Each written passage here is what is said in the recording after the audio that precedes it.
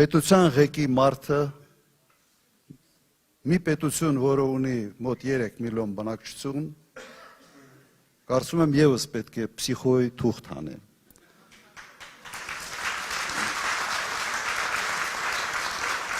Եվ մենք անպայման մտցնելու ենք նաև մեր ծրագրի մեջ, որ վարչապետի տեխնացում պարտավոր է փսիխոյի թուղթ անել միջև ընտրությունների մասնակցությունը,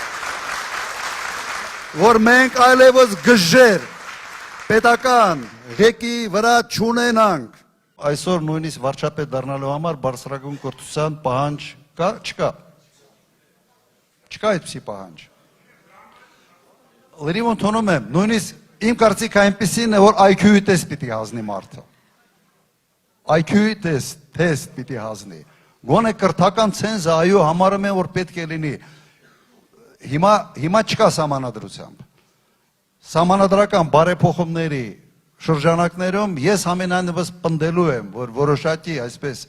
կրթական ցենզ այո պետք է լինի։ Ինքը ի դեպ կրթություն չունի, բարձրագույն կրթություն ինքը չի ստացել։ Հետո ինչ որ ձևի, չգիտեմ, վարչապետ դառնալուց հետո ինչ որ դիպլոմ են դասավորել։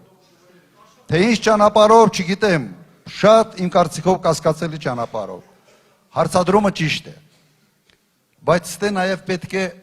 ժողովրդի հետ աշխատել, որ մարդիկ էլ հասկանան, որ այսպես ասենք ժողովրդական ֆիլտր էլ լինի, որ մարդիկ հասկանան, որ կրթություն ունեցող, գիտելիք ունեցող մարդն է կարող երկիրը առաջ տանել։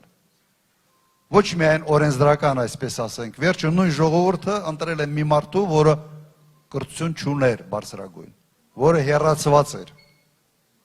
համալսարանից։